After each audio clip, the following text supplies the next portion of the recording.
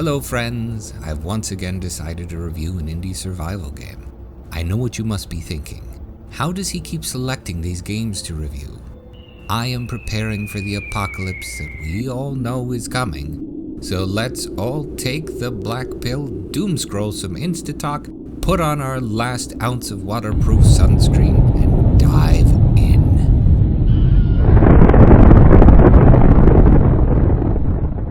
Set in Florida 10 years in the future, Sunkenland is a first-person post-apocalyptic survival game. This review will cover information about the game, future updates, mechanics, gameplay, weapons, enemies, and most importantly, whether or not it's worth getting. Sunkenland is an early access game being developed and published by Vector 3 Studios. Launched on August 23, 2023, it's already seen a fair amount of updating since its release.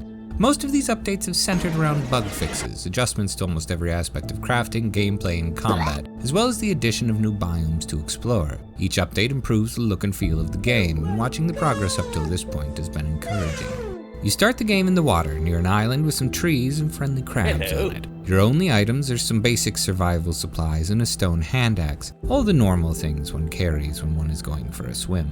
There is no real story to speak of, however Vector 3 Studios may eventually decide to make one. There could definitely be a story included in the game in the future. I assume it will involve how I left my sink on when I went on a 2-year bender and came back to find the whole world flooded. That's why the raiders hate me so much.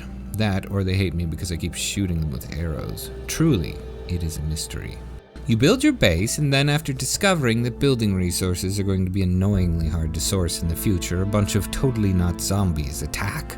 Naked meth addicts with leathery wrinkled skin and pointy sticks don't sound particularly scary until you realize that you are just a leathery skinned naked person with a pointy stick and no meth.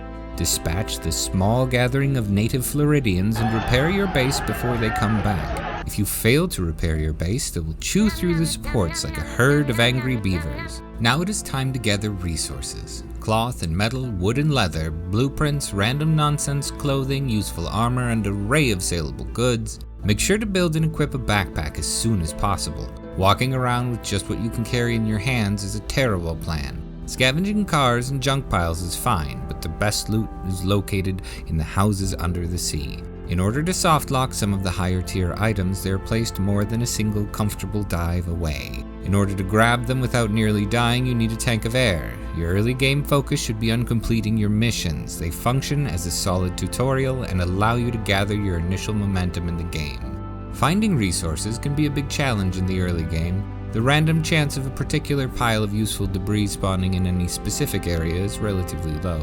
Essentially, you need to be able to travel from location to location faster. You should be able to find a boat blueprint pretty quickly. Purchasing a fully constructed boat requires a Judas-sized bag of coins, so focus on acquiring the blueprints. When you have boat blueprints, focus on crafting it as soon as possible.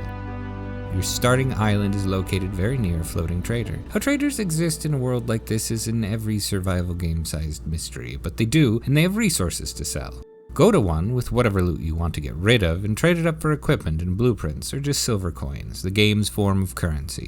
A player with a boat, a backpack, a bow, and a spear is instantly the GigaChad of the Sunkenland world. Assuming you avoid sharks or get very good at dodging their attacks, you can now head to almost anywhere on the map and have a reasonably good chance of making a successful loot run.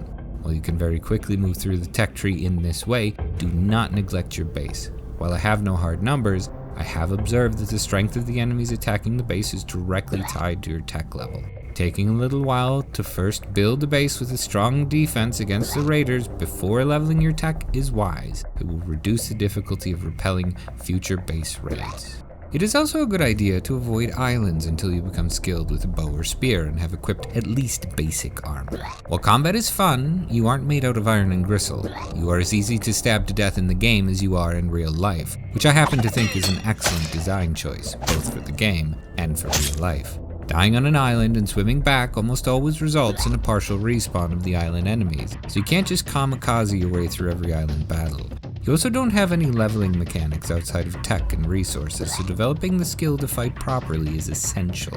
Most enemies struggle to hit a strafing opponent, though since the last update their skills have improved considerably. So duck, dodge, dip, dive, and dodge through fairly substantial hordes of fentanyl fiends in order to acquire their homeless encampment soiled diaper stashes. If you have played any survival games, then the character progression should feel extremely familiar. Resources unlock new weapons and items, and those items unlock new resources. You continue this loop until you stand astride the dampened corpse of your world, the king of the watery grave of humanity. The enemies are raiders, wrinkly mutants, sea creatures, and your inability to breathe underwater. Weapons are bows, spears, guns, and whatever you can hit someone with. Honestly, the thing that sets this game apart from other survival games is its unique setting. The concept of having to swim everywhere while surviving in a hostile world is a less common survival game theme.